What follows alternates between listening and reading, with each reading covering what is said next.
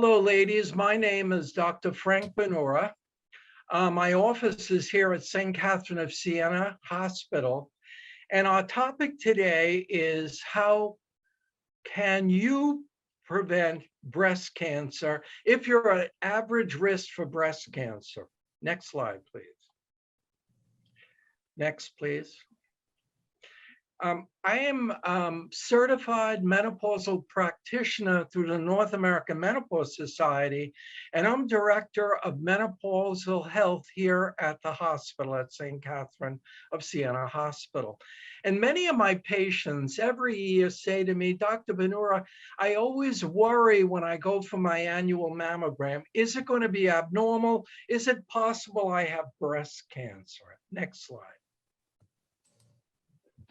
Now, breast cancer, 75 to 80% of the times is a disease of menopause.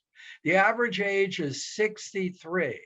It's the most common cancer in women, and 1 out of 8 of you ladies out there will develop breast cancer. Last year, in 2021, there were 280,000 cases of invasive cancer and 49,000 cases of non-invasive breast cancer. And again, 75 to 80% of breast cancer occurs in the menopause, and the average age is 63. Next slide. Now, this is a picture of the breast. You can see on the right-hand side, the breast is cut open, and you can see that yellow tissue is fat. You'll see these long tubes, those are milk ducts. And at the bottom of the milk ducts, you'll see these round things. They're milk glands. And cancer of the breast is 2 types. It can occur in the cells that line the ducts, and that's called ductal carcinoma. And it can start in the glands, and that's called lobular carcinoma. Now, it can stay in the ducts, and if it stays in the ducts and don't invade beyond the ducts, it's called ductal carcinoma in situ. If it stays in the glands, it's lobular carcinoma in situ.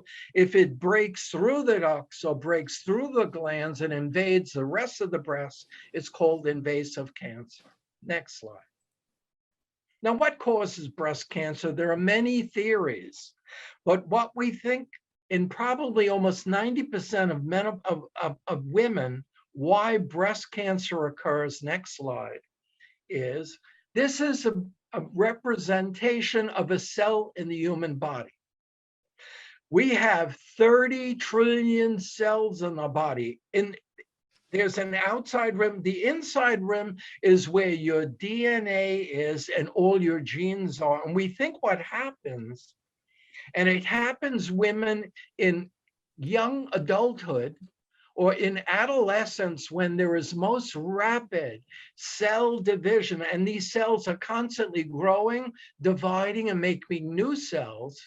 And when early in your life, ladies, what occurs 40 million cell divisions a second. And what can happen is one breast cell gene mutates accidentally or spontaneously. We don't know why. Is it the weather? Is it what you ate? Is it the water? Years ago, we thought it was the overhanging wires. We don't know why. That cell mutates, that gene mutates into a breast cancer gene, and the cell becomes a breast cancer cell. And over a period of time, it develops into a colony and then into breast cancer. You also have in your body tumor suppressor genes, and I have them in my body also. Those are the BRCA genes. And those genes suppress tumors. If those genes mutate, and that occurs in 10% of all breast cancers, they mutate, and you can develop breast cancer and even ovarian cancer. And that causes maybe 10% of all the breast cancers. And if you inherit them, the BRCA gene 1 or 2 mutation from your parents, you stand a high risk of developing breast and ovarian cancer. And if you have these mutations, you can pass this risk on to your children. Next slide. Now, can breast cancer be prevented? I'm asked that so many times by my patients. I would say if you're at average risk, which means you're not at high risk for breast cancer, the answer is yes. Next slide. Some of the risk factors for breast cancer you can't change, but some of the risk factors for breast cancer you can change, and they are lifestyle changes, and that's what we're going to talk about today. Next slide. Some of the risk factors for breast cancer that you can change are: one, you're a female. 99% of all breast cancers occur in females. Two, if you're old, I had said that breast cancer occurs most of the times, in 75 to 80% of the times, in menopausal women, especially if you had an early first period or a late menopause. Menopause usually occurs at 51. I've had several patients that are menopausal in their 60s. That means their breast cancer cell has been exposed to estrogen all these years, and estrogen works like a fertilizer. It doesn't cause breast cancer, but it acts like a fertilizer that makes breast cancer cells grow. Also, if you have a family history of breast cancer, putting you at risk for breast cancer. If you have very, very dense breasts, they can hide a breast cancer. If you've had a breast biopsy in your past and it showed atypical ductal or lobular hyperplasia or lobular carcinoma in situ, if you have that biopsy, in 25 years, you stand a 30% chance of getting breast cancer. If you have a history of breast cancer, you have a high risk of getting it again. If you have a genetic predisposition, if you've inherited the BRCA mutations from your parents, you stand a high risk. If you're an Ashkenazi Jewish person, 1 out of 40 of you will inherit the BRCA gene mutations. If you've had radiation to your chest as a child for Hodgkin's lymphoma, puts you at risk for breast cancer. And if you've been exposed to diethylstilbestrol, many, many years ago, obstetricians used diethylstilbestrol in women who are pregnant who are staining. And now these women are at risk for breast cancer. Next slide. Now, what are the risk factors if you're at average risk for breast cancer that you can change and reduce your risk of breast cancer by 30%? And if you're in a young woman and you follow these simple rules all your life, you can reduce your risk by 50% or more. And studies show this. Next slide. We know this. Being overweight or obese puts women at risk for several problems. One, type 2 diabetes, cardiovascular disease, and 13 cancers. The main cancers would be breast cancer, uterine cancer, ovarian cancer, and colon cancer. Next slide. Now, what is obesity? Well, and overweightness, how we make that diagnosis in my office, I have this little card. We look at your weight and we look for your body mass index. And what that is your weight in kilograms and your height in meters square. If your BMI is 25 to 29.9, you're overweight. If it's 30 or higher, you're obese. And what happens in those years before menopause and during menopause is a few things. One, when you're younger, you make estrogen, so your body composition looks like a pear shape. Your adipose tissue is on your hips and on your buttocks. When you get older, closer to the menopause, your body shape changes from a pear shape to an apple shape because you're no longer making estrogen, and women get what we call a menopause. Now, adipose tissue is very dangerous. Looking at this silhouette of this patient, the most dangerous adipose tissue is marked visceral fat. Excuse me, why? Because visceral fat is an endocrine organ. It makes an enzyme that converts male hormone made in your ovaries and your adrenal glands, those two little glands that sit on your kidneys, and transforms it into estrogen. And more fatty tissue that you have, the more estrogen you have to stimulate your breast cancer cells to proliferate, get bigger, and invade. Also, fatty tissue, this visceral fat and subcutaneous fat, also makes inflammatory substance. These inflammatory substance increases insulin resistance. Now, we all have a pancreas. What the pancreas does, it makes insulin. So when we eat food, it breaks down the food into glucose, and insulin makes it go into your cells for energy. When you are overweight or obese, you have increased inflammation, you have insulin resistance, which means you need to make more glucose, so you develop type 2 diabetes. And secondly, the pancreas to make a large amount of insulin to push this blood sugar into your cells for energy. Your insulin level goes up. That stimulates your liver to make a substance that stimulates breast cancer cells to grow, divide, and spread. Next slide. Another risk factor that you can change to lower your risk is exercise. Another one would be alcohol, because alcohol is a carcinogen.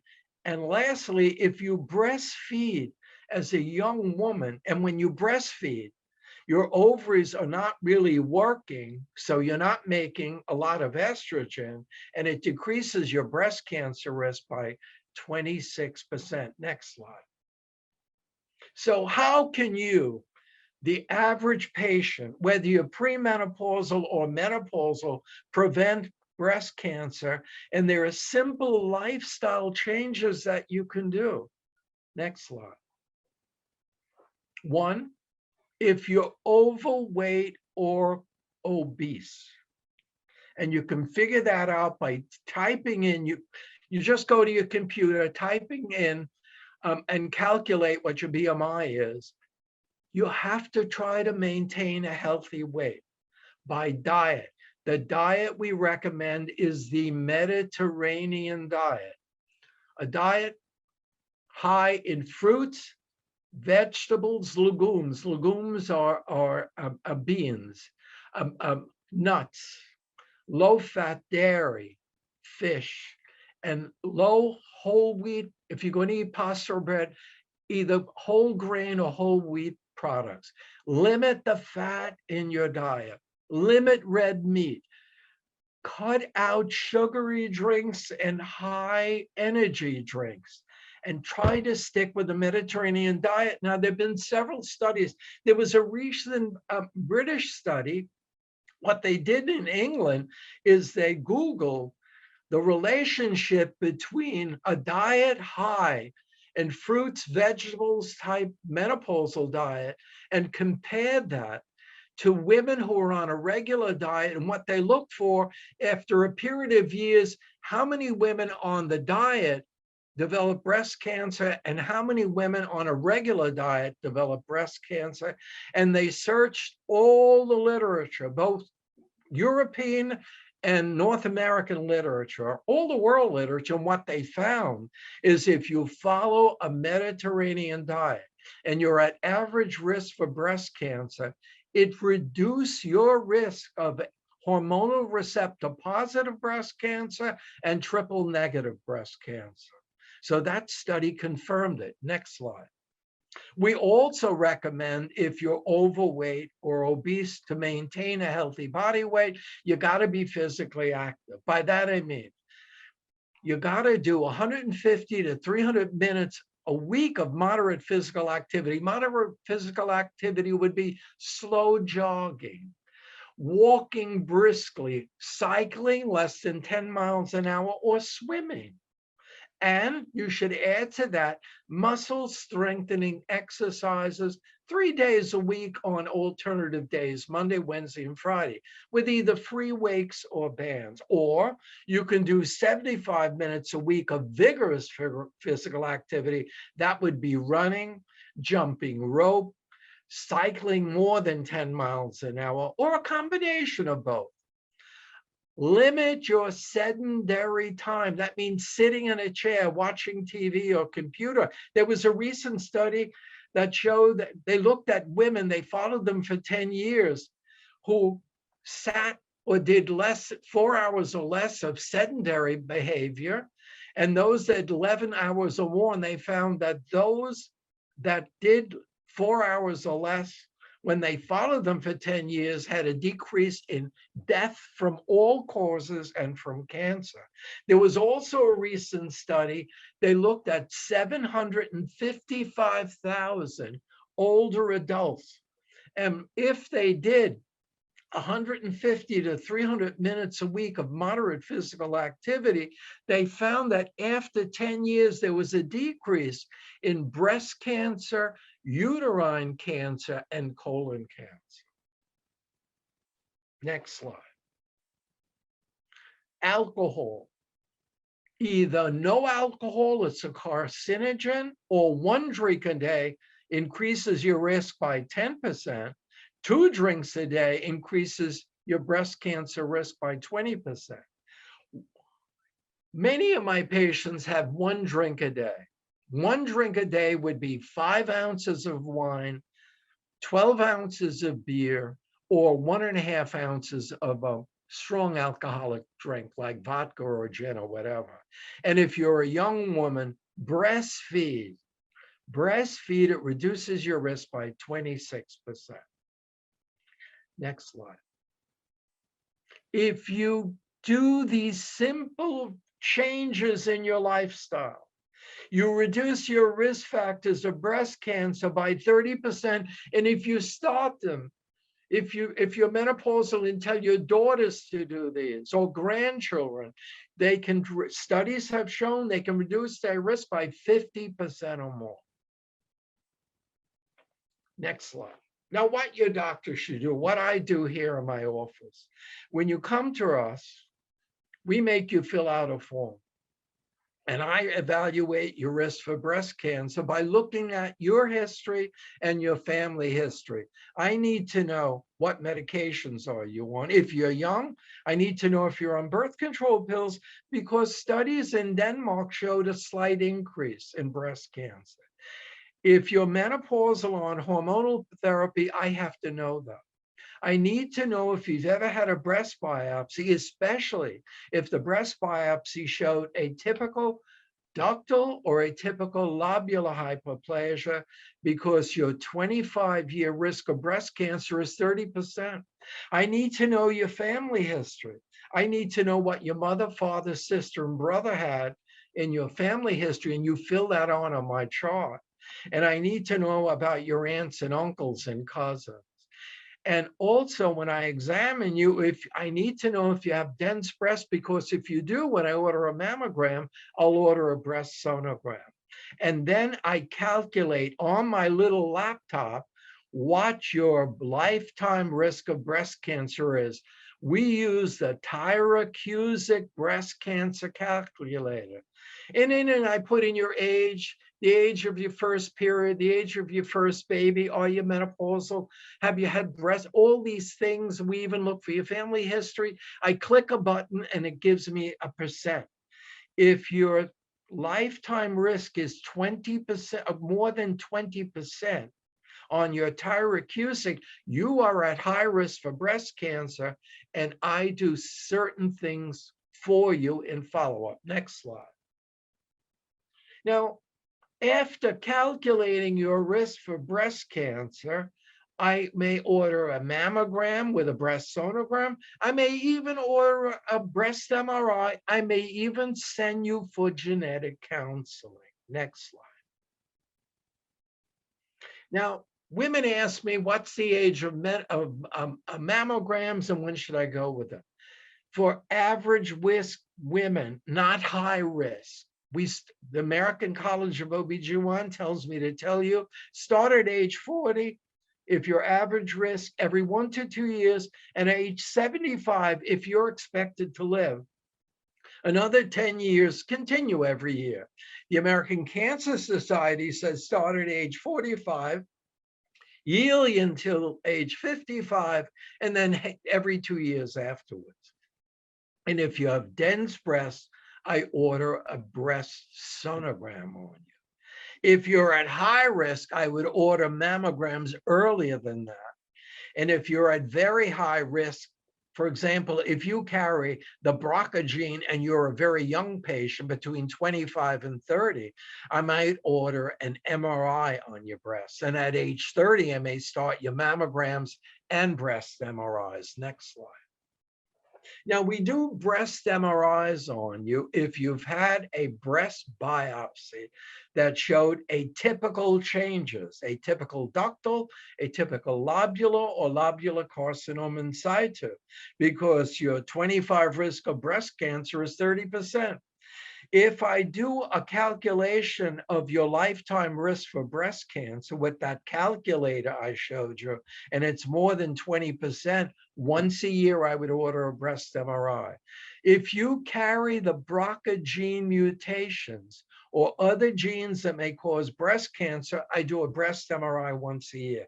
If you have very, very dense breasts, I would order a breast MRI. If you've had a history of breast cancer, I would order a breast MRI. If you had chest irradiation before age 30 in your childhood for Hodgkin's lymphoma, I would order a breast MRI. And many women, we order it if they've had a breast augmentation, because the mammogram and breast sonogram radiologists sometimes tell her is not enough. Next slide.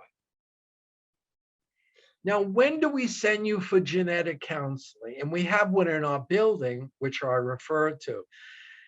I don't have expertise. Most gynecologists don't have expertise in genetic counseling. So when you fill out that form in my office and you say you or your family member have a history of breast cancer, ovarian cancer, bowel cancer, tubal cancer, peritoneal cancer, if you're an Ashkenazi Jewish, if you had melanoma or a history of pancreatic cancer in your family, I send you to the genetic counselor. And what they do is they either draw blood, take your saliva, or take a scraping inside your cheek and send it for BRCA gene mutations and for a multi-gene panel. And then they get an answer and see if you're at risk for breast and ovarian cancer. Next slide. Remember, if you test positive for the BRCA1 gene mutation, your lifetime risk of breast cancer is almost 60%, and your lifetime risk of ovarian cancer is 40%. If you have the BRCA2 gene mutation, your lifetime risk of breast cancer is 49%, and your lifetime risk of ovarian cancer is 18%. Next slide. So what do we do then? What do I do? What your doctor should be doing if you're at very high risk for breast cancer, if you had a biopsy and you're menopausal or premenopausal that showed atypical ductal hyperplasia or atypical lobular hyperplasia, or if I calculate you're menopausal, your lifetime risk for breast cancer is more than 20%. What I do in my practice, I put you on a medication for you to prevent breast cancer. And that medication is called raloxifene or Avista. It not only prevents breast cancer, but prevents and treats osteoporosis of your spine. If you're premenopausal, we send you to an oncologist and they put you on tamoxifen. Next slide. If you test positive for the BRCA gene mutation and you're finished with childbearing, we remove both your tubes and ovaries. That reduces your risk of breast cancer by 50% and reduces your risk of ovarian cancer by 80%. Now, many patients then ask me, my mammogram was negative. I had both my tubes or ovaries removed.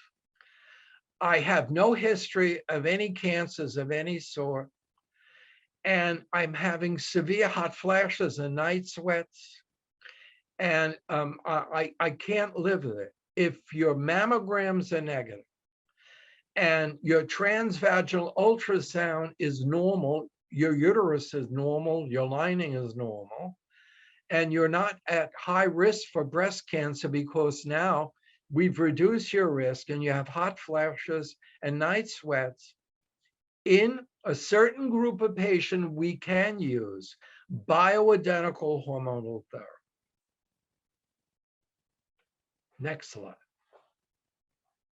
I've been lecturing for many years, medical students and women's groups and doctors groups.